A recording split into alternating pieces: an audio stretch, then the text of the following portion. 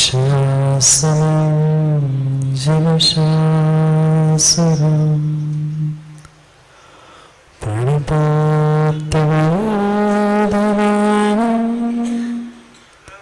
प्रस्नोत्तररत्नमालिकां वक्षे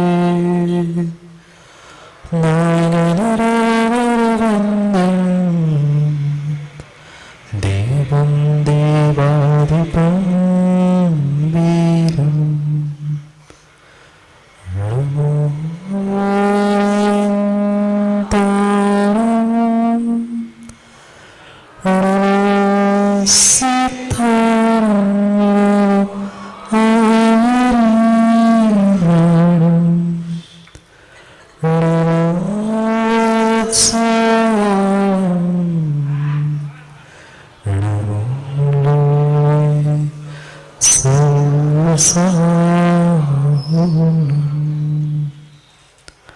अनंत अनंत परम सिद्ध भगवान की 1008 श्री आदिनाथ भगवान की परम पूज्य आचार्य भगवान राजा श्री अमोघ वर्ष महाराज की परम पूज्य आचार्य भगवान गुरुवर विशुद्ध सागर जी महाराज की सनातन जैन धर्म की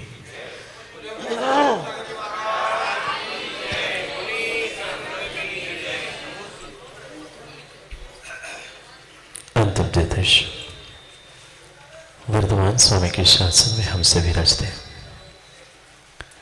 और उनकी यह पावन पीयूष देशना हम सभी के लिए परम उपकारी है। अनादिकाल से हमारी आत्मा में जो जन्म, जरा और मृत्यु रूपी रोग लगे हैं, उन रोगों का उपशमन करने वाली कोई परम औषधि है तो वह एकमात्र यह जनवाणी है। ब्रह्मात्मा सदा न फूले केतकी, सदा न सावन होए, सदा न फूले केतकी, सदा न सावन होए, सदा न यौवन थिर रहे, सदा न जीवे कोय। हम क्यों परेशान हैं? जो सदा मेरे साथ रहने वाला नहीं था, उस सगे को मैं सदा अपने साथ देखना चाहता था। ना वह सगा सदा रह पाया, न सदा सगा रह पाया। अंतर समझना। ना सगा मेरे साथ सदा के लिए रह पाया, न सदा रहने वाला मेरा कभी सगा हो पाए। जो स्थिर नहीं था, चिर नहीं था, ऐसे उस अस्थिर अचिर वस्तुओं को मैं अपना बनाते गया, और जो वास्तविकता में अपना कुछ था उस पर कभी मेरी दृष्टि ही नहीं गई। क्या किया जीवन भर? जिसके लिए मैंने अपने जीवन दे दिया, कितनों ने साथ दी। किसी व्यक्ति ने, किसी वस्तु ने, किसी परिस्थिति ने, वो तो देने ही वाले नहीं थे, वह तो किंचित भी मेरे साथ रहने वाले नहीं थे, और मेरे साथ जो मेरी मनस्थिति थी उसको मैंने कभी आज तक नहीं निहारा, उसको हमने कभी सगा बनाया नहीं। जिसे हमने सगा माना था उतनों ने, कितनों ने मेरा साथ दिया। समय आने पर सबने अपने हाथ खड़े कर दिए। जब तक मेरे समय अच्छा चल रहा था तब प्रत्येक व्यक्ति मेरे आगे पीछे दौड़ रहा था, और थोड़ा सा समय बदल गया, हरि जोया, सबने अपने हाथ खड़े कर दिए। मेरा कोई संबंध ही नहीं था, मैं तो था ही नहीं उसमें। कौन देगा साथ? कोई नहीं देगा साथ। जिसको माना था तूने अपने साथ, वही देगा तुझे जीवन में एक लात। पकड़ो अब उसी का हाथ जो दे दे तुम्हें जीवन भर के लिए साथ। किसकी साथ खोजी? बेटे की, धन की, माता पिता की? नहीं। जो समय पर लात मारता है वही अपना होता है। पराया तो कभी कभी लात मारता है, अपने की आदत हमेशा लात मारने की होती। पराया समय मौका देखकर लात मारता है, और जो अपना होता है वह हमेशा हमेशा समय समय पर ही लात मारता है। नहीं भान हुआ हमें अभी तक। मैं सोच रहा था मेरी आयु बहुत बड़ी है, मैं बहुत कुछ करके दिखा दूंगा, पर जो पल पल बीतता गया मैं उसे समझ नहीं पाया। खोजता रहा खोजता रहा खोजता रहा, पर क्या खोता रहा उस पर मेरी दृष्टि नहीं गई। कल को खोजने के पीछे मैंने कल को आज को दोनों को खो दिया। दूसरों को अपना बनाने के पीछे जो सदा मेरे साथ नहीं रहने वाला था उसको सगा बनाने के पीछे जो सदा मेरे साथ था उसको मैंने दगा दे दिया।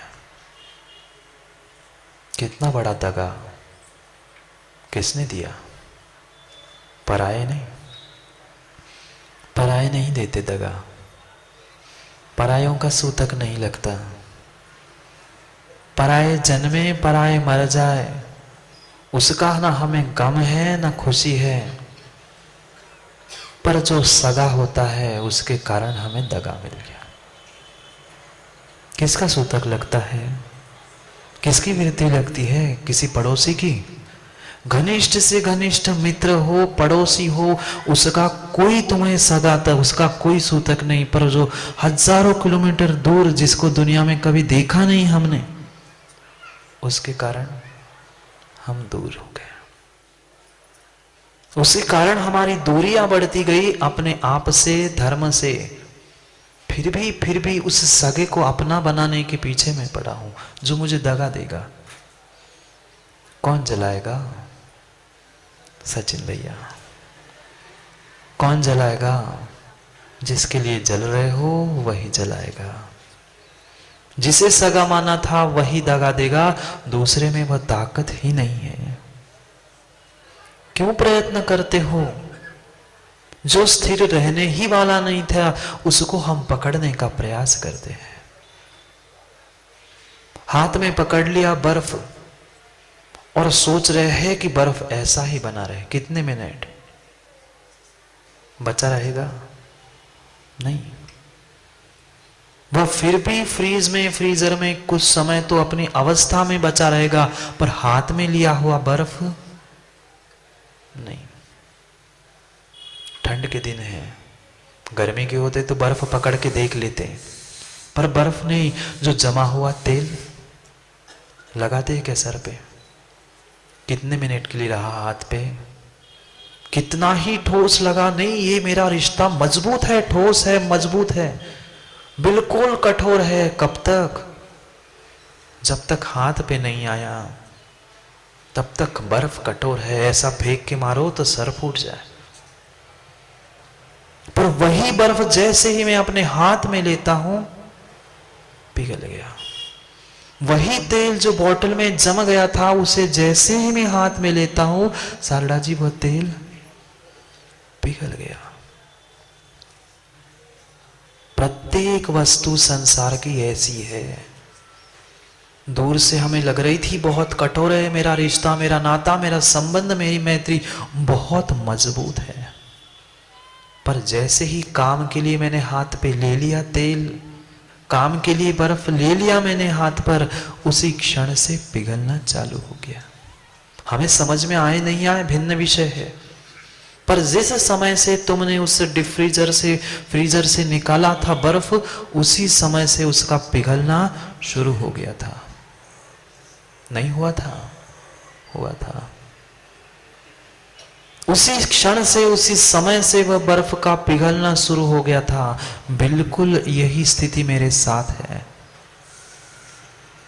इतना इतना कमजोर हो चुका है वह रिश्ता। दिखता मजबूत है पर होता मैं कमजोर हूं। क्यों नहीं सफल हो पाए हम किसी ही काम में? क्योंकि जो स्थिर रहने वाला नहीं था, जो चिरकाल तक मेरे साथ रहने वाला नहीं था, उसको मैंने स्थिर और चिरकाल तक अपना बनाने का प्रयास किया। पर उसमें भी मेरा साहस था क्या? दूसरे के लिए हवा भरने के लिए खूब साहस है मेरे पास। अरे उसे क्या होता है, ऐसा तो होता है। पर थोड़ी सी भी कुछ मेरे ऊपर आपत्ति आ जाए, कोई अपना मुझे धोखा दे के चला जाए, कोई सगा दगा दे, फिर बता देना, फिर 10 दिन तक मुंह नहीं दिखा पाते। आपने कुछ नहीं किया था पर आपके साथ किसी ने दगा कर दिया, फिर देखना अपना परिणाम, अपना चेहरा, अपने भाव कैसे होते हैं, कितने घबराते हैं। साहस नहीं है किसी काम करने के लिए। अभी सुन रहे थे चुनौतियों की बातों को।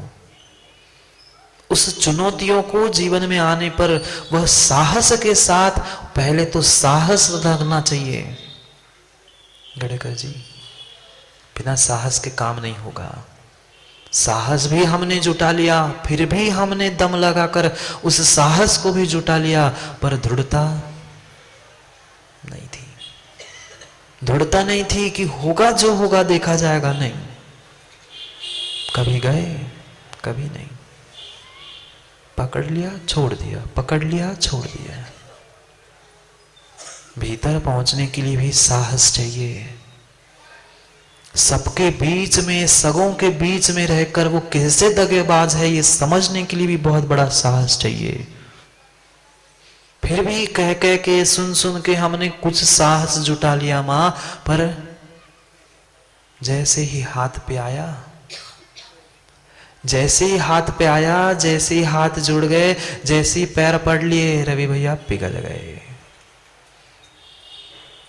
जब दगा हुआ था तब सोच लिया था ये मेरा सगा नहीं है, पर जैसे ही उसने अपने हाथ में हाथ पकड़ लिया, सॉरी यार क्या होता है, दोस्त हूं, पानी पानी हो गया, पिघल गया बर्फ, पिघल गया बर्फ। साहस जुटा लिया था पर कंटिन्यूएशन में वह दृढ़ता नहीं थी, कंसिस्टेंसी नहीं थी। पिघल गए, बिगड़ गया काम। समझो कुछ समझा रहे हैं आज राजर्षि अमोघ वर्ष महाराज हमारे लिए, कि बर्फ को हम समझ लेते हैं, तेल को समझ लेते हैं, पर बाहर जितना हम प्रत्येक पदार्थ के विषय में चिंतन करते हैं, क्या उतना चिंतन भीतर जाने के लिए किया? क्या कभी विचार किया सगा कौन और दगा कौन देगा? कोई दूसरा दगा नहीं देगा, अपना ही दगा देगा। पढ़ते हैं कारिका को, 12 नंबर की कारिका को पढ़ना है, फिर करते हैं चर्चा, फिर समझते हैं क्यों भूमिका समझकर हमने उस बर्फ को हाथ में लिया था, क्यों तेल को हमने हाथ में लिया था। करते हैं चर्चा, कौन सगा कौन दगा। पढ़ो 12 नंबर की गाथा, यहां थोड़ी लिखी है, नीचे देख ले, यहां नहीं लिखी मेरे चेहरे पर। कान यहां रखना, देखना नीचे पड़ेगा। करते हो ना गाड़ी चलाते हुए, कान कहीं और सुनने के लिए, आगे पीछे गाड़ी आ रही है, देखता आगे है, पैर कहीं और होते हैं, हाथ कहीं और होते हैं। ऐसे ही हमें अपने प्रत्येक इंद्रियों के उपयोगों को बांटना है। आंखों को यहां लगाओ, कान को यहां लगाओ, और मन को उसको अर्थ समझने में, अपने जीवन की व्यथा को समझने में लगाओ। कहां उलझा हूं मैं? 3 के पीछे 3 को भूल गया, 3 को पीछे 3 को भूल गया। रोटी कपड़ा और मकान,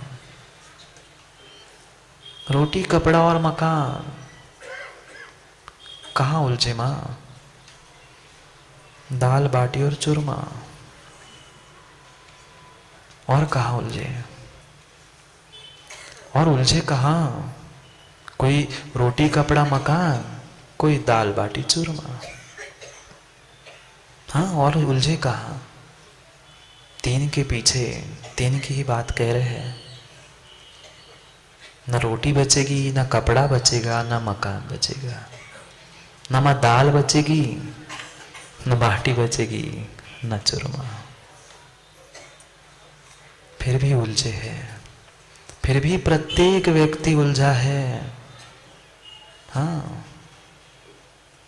कोई हो, चाहे जो चाणक्य जी हो, छाबड़ा जी हो, चाहे शर्मा जी हो। कहा छाबड़ा हो, कोई हो, शर्मा हो, चूरमा, मकान, थकान, उलझे कहा? तीन की ही बात कह रहे हैं। इन तीन को समझ लेंगे, उसके सगापने की, सदापने की अगर याद कर लेंगे तो समझ में आ जाएगा कि कौन कितना मुझे साथ देगा। व्यक्ति सोचता है बाकी तो नहीं, मेरा शरीर तो मुझे साथ देगा, मेरा रूप, मेरा धन, मेरी प्रतिष्ठा, मेरा सम्मान तो मुझे वह जीने के लिए सहारा बनेगा। नहीं करेगा। बचे क्या? रवि भैया सब समझ जाते मैंने जैसे ही रवि भैया कहता हूं। मयूर भैया बचे क्या? इसलिए तो आपके पीछे बिल्कुल बैठ गए मयूर भैया, इसलिए उनकी याद आ गई। बचे क्या? नहीं बचे। फिर भी बच्चे को समझाने के पीछे पड़े। स्वयं के तो बच्चे नहीं हैं और बच्चे को समझा रहे हैं। कौन मानेगा? अपने ही नहीं मान रहे हैं, अपनों को क्या समझा रहे हो? अपने सर पे नहीं जो थे वे नहीं मान पाए और अपनों को समझाने के पीछे पड़ा है।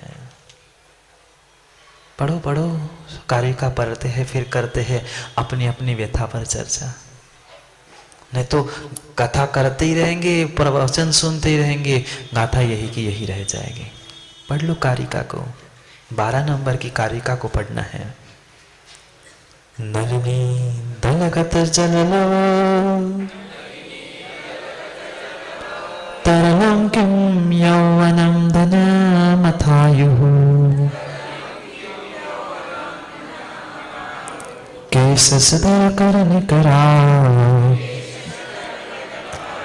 नुकरा सज्जना एव। पढ़ोगा था।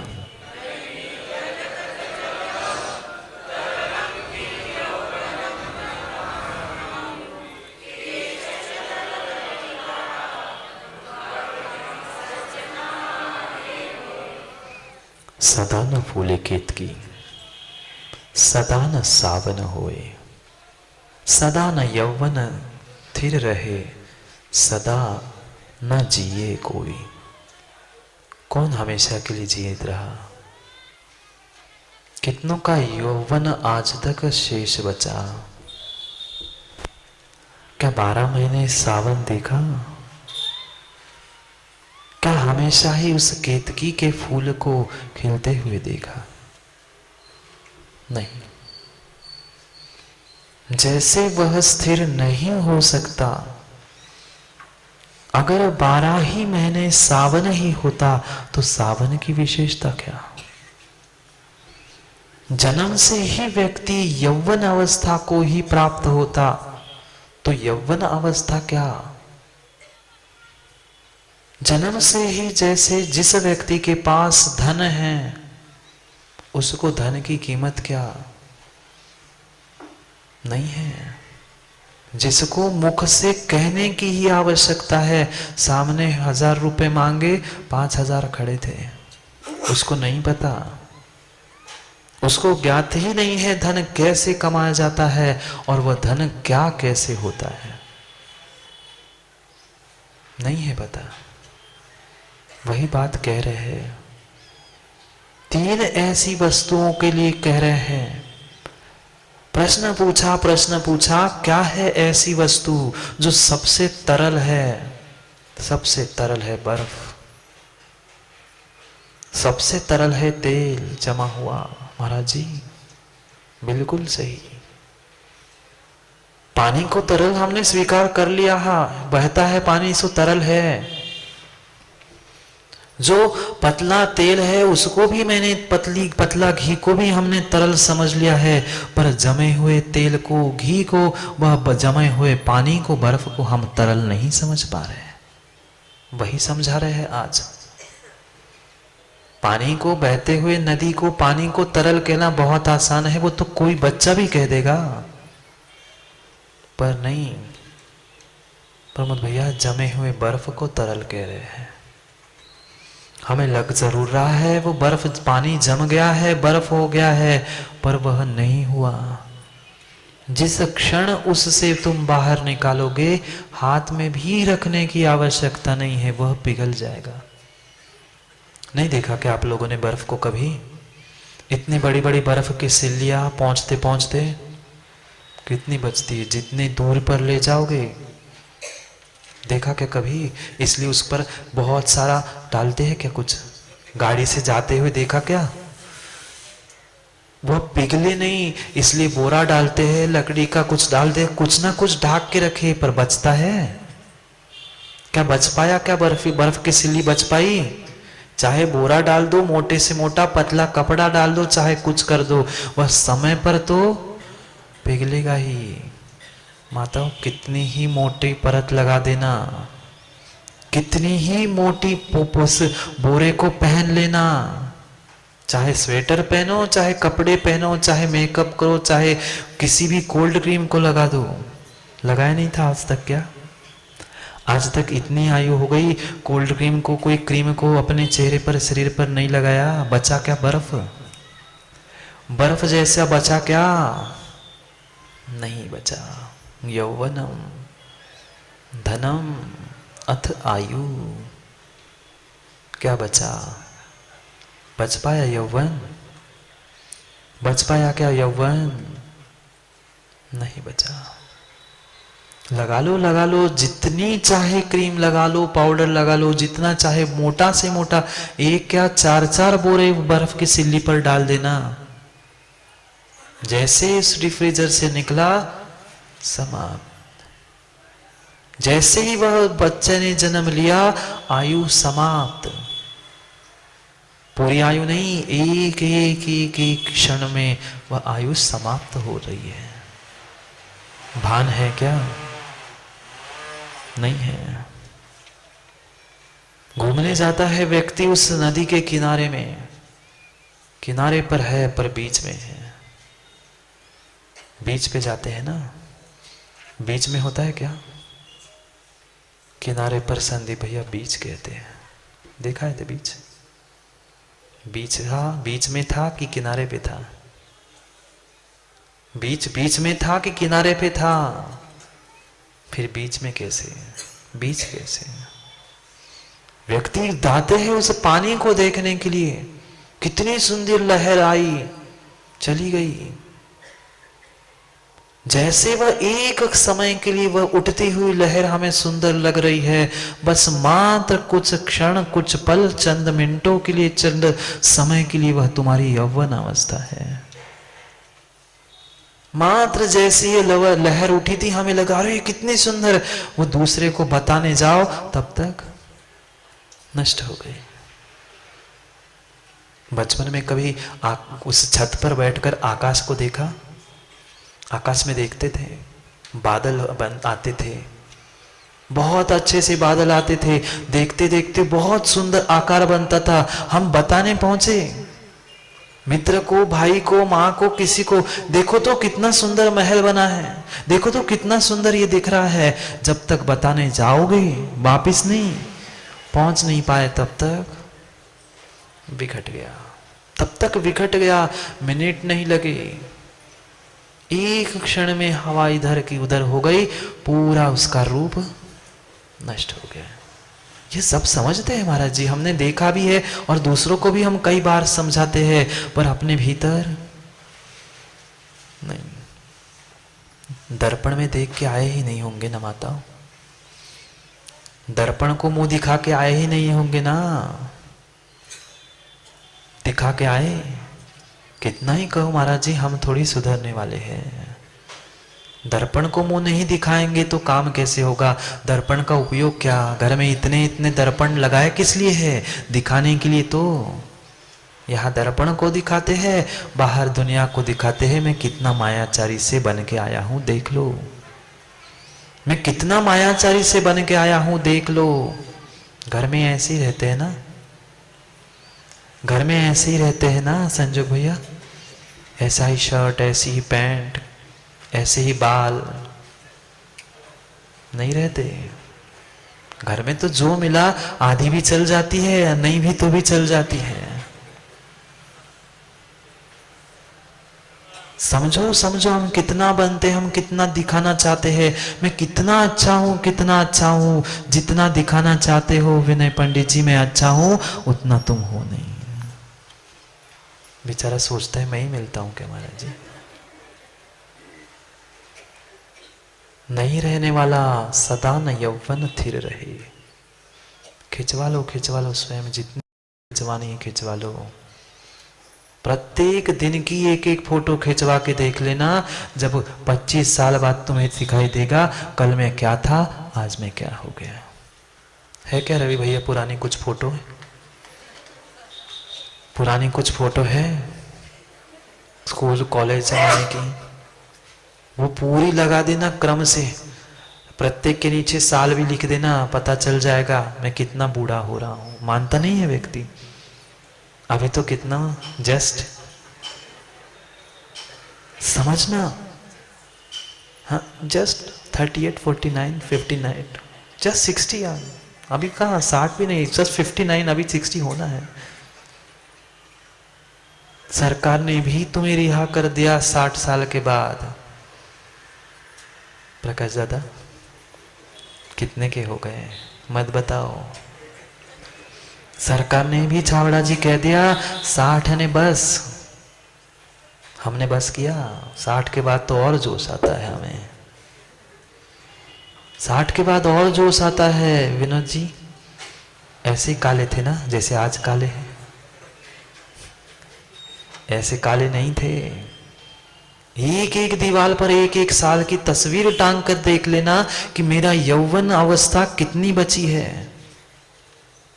बची नहीं बची। व्यक्ति समझता नहीं है, उसी युवा अवस्था में, उसी यौवन अवस्था में बहुत गर्मी, बहुत जोश होता है।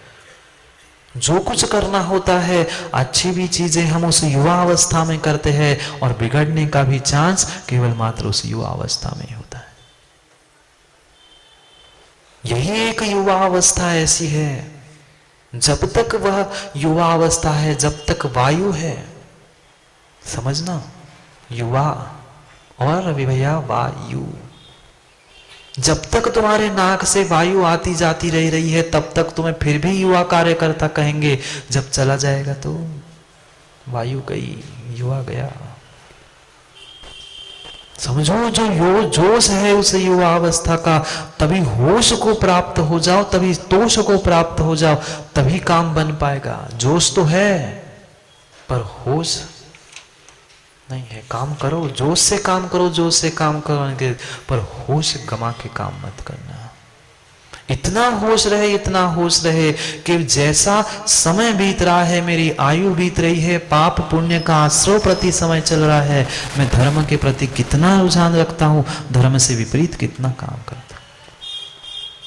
जोश है, जोश में तो काम करना ही है युवा अवस्था में, पर साथ साथ में हमें होश भी होना चाहिए कि मैं कर क्या रहा हूं। किसी काम के लिए मना नहीं कर रहा हूं, किसी काम के लिए मना नहीं कर रहा हूं, पर होश भी तो हो स्वप्निल कि हम कितने होश में हैं।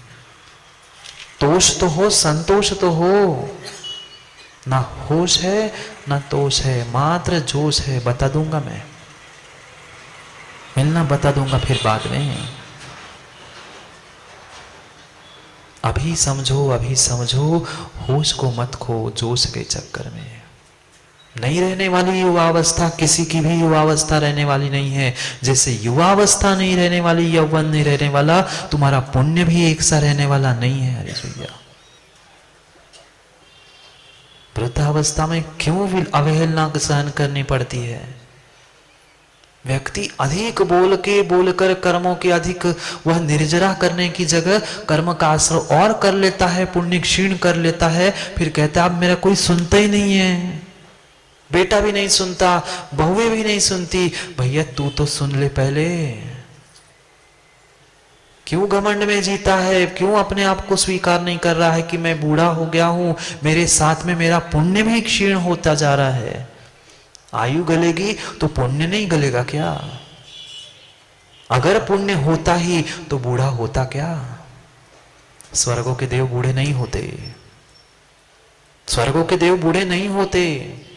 तो आप बचोगे क्या बूढ़ा होने से? नहीं, ना यौवन बचा न आयु बची। किसकी बची आयु? आप लोगों की बचेगी क्या वासिम वालों?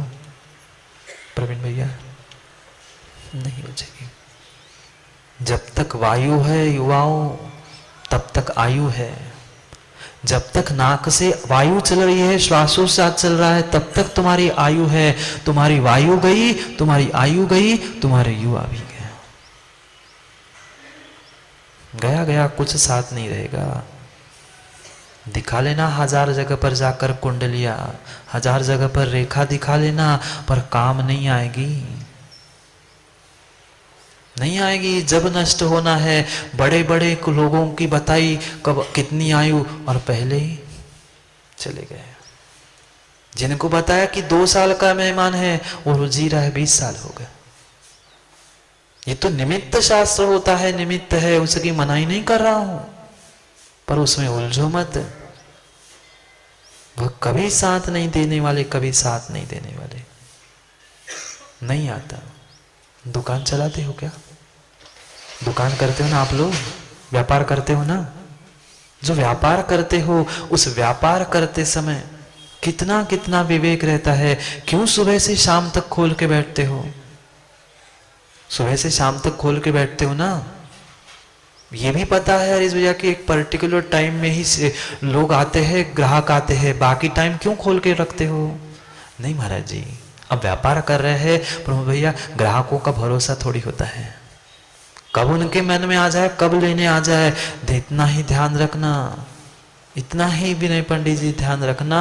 वह ग्राहक, दुकान में ग्राहक, जीवन में वैराग्य और जीवन में मौत बिना बताए आती है, बता के कभी भी नहीं आती। ग्राहक फोन करके नहीं आता, ग्राहक कभी भी फोन करके नहीं आता, इसलिए हम दिन भर दुकान खोल के बैठते हैं। ऐसी वैराग्य बता के नहीं आता और मौत भी बता के नहीं आएगी। आएगी क्या?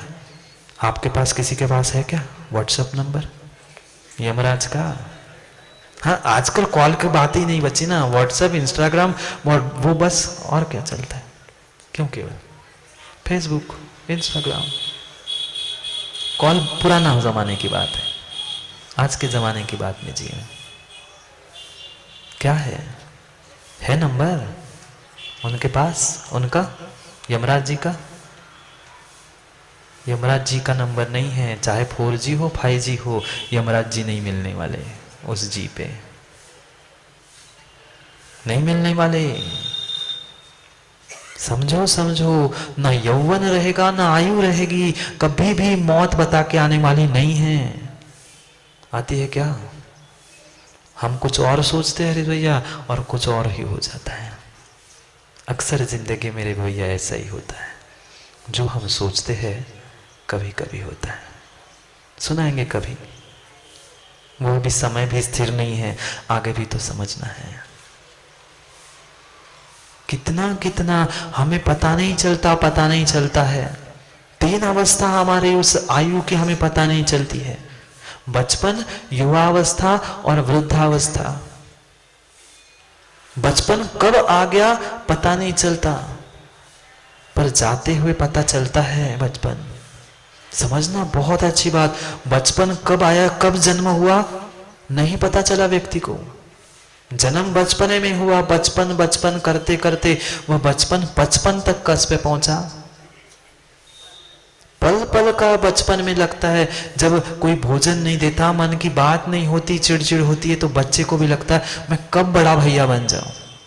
कोई बड़ा भैया हो और कोई छोटा हो, छोटे को कोई नहीं देखता, और बड़ा युवा होता है, उसका पुण्य भी युवा होता है, हर कोई उसके पीछे होता है। वो सोचता है अरे मैं बड़ा होता तो अच्छा होता, मैं बड़ा होता तो अच्छा होता।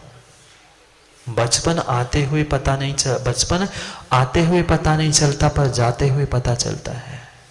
बुढ़ापा बिल्कुल उल्टा है शारदा जी, बुढ़ापा बिल्कुल उल्टा है।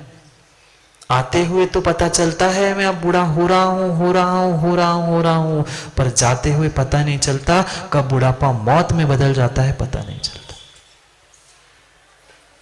बचपन कब आता है पता नहीं चलता, पर जाते हुए पता चलता है। बुढ़ापा जाते हुए पता नहीं चलता, पर आते हुए पता चलता है। पर वह बीच की युवावस्था ऐसी है, ना आते हुए पता चलती है, ना जाते हुए पता चलती है। कब आई कब गई बिल्कुल पता नहीं चलता। पता चला क्या, हम कब 20-25 के हुए और कब 40-45 के हुए पता नहीं चला। भले ही 60 वर्ष के आयु में तुम युवा कार्यकर्ता बने रहना सचिन भैया, पर वह युवा 60 का नहीं होता। मन से बने रहना युवा, कार्य करने के लिए बने रहना, पर बात आयु और युवा अवस्था की चल रही है। ना आते हुए पता चलेगा, ना जाते हुए हमें पता चलेगा। इसलिए संभल के जियो, संभल के जियो। जोश तो है, पर तोष और होश दोनों संभाल के जीना होगा, क्योंकि मरना तो सबको है। नहीं मरना, भगवान को सुनाते होगे ना 12 भावना, मरना सबको एक दिन अपनी अपनी बार। दूसरे के तो बार उड़ाते हैं, अपने नहीं पता चलता। प्रति समय हमारा आवीची मरण चल रहा है, प्रति समय वह बर्फ पिघल रही है मेरी आयु की, यौवनावस्था की। और बीच में एक और शब्द था, धन। धन धन्य मान रहे हैं। धन कमा कमा कर व्यक्ति अपने आप को धन्य मान रहा है। धन से धन्य नहीं, धन कभी कभी साथ नहीं देगा। जलाएंगे क्या नोटे को गड्डी पर, पूछना कुणाल से, पूछना बच्चों से कि नोटों की गड्डी पर जला दोगे क्या? कहां ले जाओगे, कहां ले जाओगे? डॉक्टर साहब जेब में रख के कुछ सोने का दांत बना के कुछ साथ ले जाएंगे? नहीं। बचपन में स्कूल में पढ़ी थी, एक चैप्टर था मराठी के विषय में, वह स्मशानातलं सोनं। लोग शमशान में भी जाते हैं, मुर्दे को उखाड़ उखाड़ कर देखते हैं कि उसमें मुख में या कहीं सोने की कुछ वस्तु पड़ी है, तो उसको भी उठा लेते हैं। जाने दोगे क्या सोने चांदी के साथ? सोने चांदी को तो छोड़ दो, वह साबित कपड़ों के साथ नहीं भेजते, फाड़ के ही भेज देते हैं। कितना धन ले जाओगे?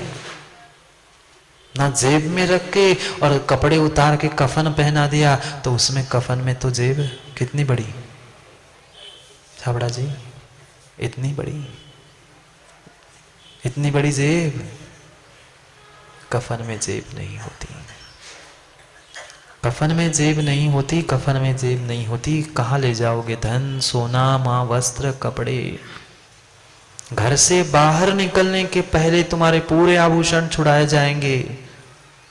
लग जरूर रहा होगा कि नई साड़ी भी पहना दी जाएगी, वो भी उस अग्नि तक ले जाने तक, वहां वो भी निकाल कर अलग कर दी जाएगी।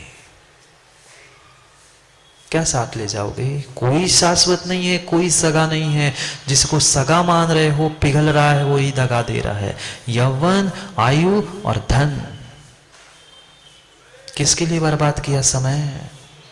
किसके लिए बर्बाद किया समय हमने? सुबह से लेकर शाम तक मात्र और मात्र धन कमाने के लिए आयु बर्बाद की। जब आयु के अंतिम निषेक होते हैं, डॉक्टर रख देते हैं कहां पर? ललित डॉक्टर उस मशीन पे डाल देते हैं, कृत्रिम, पता है वेंटिलेटर कहते हैं प्रवीण भैया। भले ही जिंदा हो मरा हो, उस वेंटिलेटर पर डाल दिया, पैसे कमा लिए। हाँ, 4 दिन का बिल जुड़ गया ना, 4 दिन पहले ही गया था वेंटिलेटर पे ही रखा है, दिख रहा है, हो रहा है, पर है क्या? नहीं है। पहले आयु गमाई, प्रत्येक आयु के नीचे धन धन धन पैसे कमाने के पीछे। अब आयु बचने वाली है नहीं है, उसके लिए जितना करोड़ों का धन लुटा दिया, करोड़ों का धन लुटा दिया। किसके पीछे? आयु बचाने के लिए। पहले ही संभाल कर आयु और धन का प्रयोग करता तो बाद में धन आयु दोनों भी बचता। यहां सब समझ में आता है महाराज जी, पर जैसे ही आप बंद हो जाते हम चालू हो जाते हैं। पहले से ही चालू हो, अब क्या चालू हो गए? बंद हो जाओ थोड़े से, कभी तो बंद हो जाओ। समझो, ये तीन भी साथ देने वाले नहीं है, तीनों साथ देने वाले नहीं है। तीनों उस कमल पे पड़े हुए पत्त की तरह चंचल है। नलिनी दलगत जललव कमलिनी, कमल के पत्र पर पड़ा हुआ जलकण कितने समय के लिए दिखता खूब सुंदर है, मोती हीरे से भी बहुत सुंदर चमकता है, पर नहीं बचा। जैसे वह जलकण नहीं बचता लंबे समय के लिए, ऐसे ही तुम्हारे पास धन, तुम्हारी आयु, तुम्हारा यौवन सदा रहने वाला नहीं है। सदा न यौवन थिर रहे, सदा न जिए कोई। प्रमोद भैया, सबके दिन एक से नहीं होते। व्यक्ति धन और युवावस्था में इतना आकड़ता है, फिर पूरी आकड़न निकल जाती है। वृद्धावस्था में 10 जगह हाथ जोड़ने जाना पड़ता है। अभी क्यों नहीं संभल के जीते? अभी क्यों नहीं होश और तोष को प्राप्त कर लेते? ऐसा नहीं होता क्या? भूल मत जाना संजू भैया, सबके दिन एक से नहीं होते, सब दिन भी एक से नहीं होते। झोपड़ी में रहने वाला महलों में रहने लग जाता है, और महलों का वह रहने वाला राजा भी भीख मांगते देखा जाता है। इसलिए अकड़ मत करो अहंकार।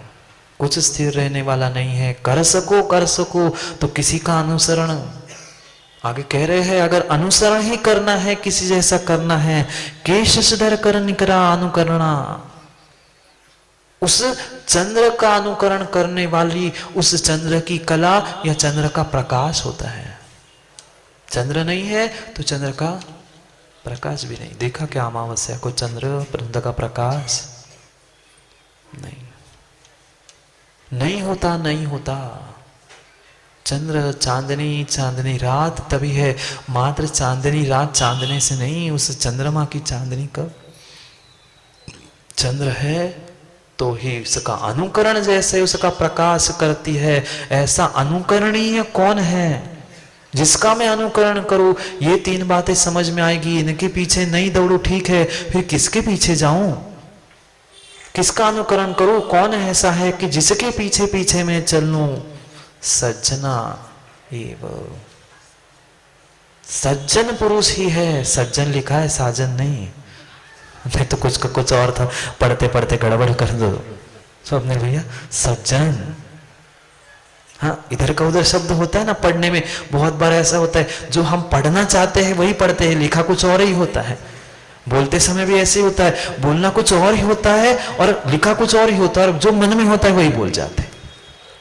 इसलिए कहा कि सज्जन लिखा है, इधर का उधर मात्रा गड़बड़ मत कर देना, कि दृष्टि हमारी जहां होती है हम वही चले जाते, वही शब्द फिर मुंह निकलते हैं। सज्जन कहाँ है? अनुकरण अगर किसी का करना है तो सज्जन का ही करना है, अन्य किसी कारण अनुकरण मत करो। सज्जन साधु, वह साधु पुरुष की, सज्जन की संगति को प्राप्त करो, उनका ही अनुकरण करो। दूसरे किसी का अनुकरण करके मिलेगा क्या? कुछ नहीं। करो अपने स्वयं के लिए। उन तीनों का हम किसका अनुकरण करते रहे? सज्जनों का करते रहे क्या? नहीं। घर में फोटो किसकी है? स्वयं घर में फोटो किसकी है? महावीर भगवान की है क्या एकाध कमरे में फोटो तुम्हारे? पता है उसकी लगी है, उसकी लगी है। क्यों? केवल घर में किसकी फोटो है, कमरे में किसकी फोटो है? किसी सज्जन की, किसी मुनिराज की, किसी आचार्य की, किसी भगवान की नहीं। हीरो हीरोइन की फोटो टांग के लगा है, किसी प्लेयर की फोटो घर में टांग के रखी है, उसको हमने सज्जन मान के रखा है। वो हमारे आदर्श है, मैं उनका अनुकरण करना चाहता हूँ। क्रिकेट खेलता भी हूँ तो उसके जैसा बल्ला घुमाना चाहता हूँ, उसके जैसा बॉल डालना चाहता हूँ। क्यों? अनिकेत ऐसा नहीं है ना? कौन अनुकरणीय है? ये अनुकरणीय नहीं है। अनुकरण करना है तो जो सज्जन है, जो साधु पुरुष है, जिसका बोलना चालना जैसा है, एक सा है, वही सज्जन है और उनका ही अनुकरण करना चाहिए, अन्य किसी का नहीं। अन्य किसी का अनुकरण नहीं करो।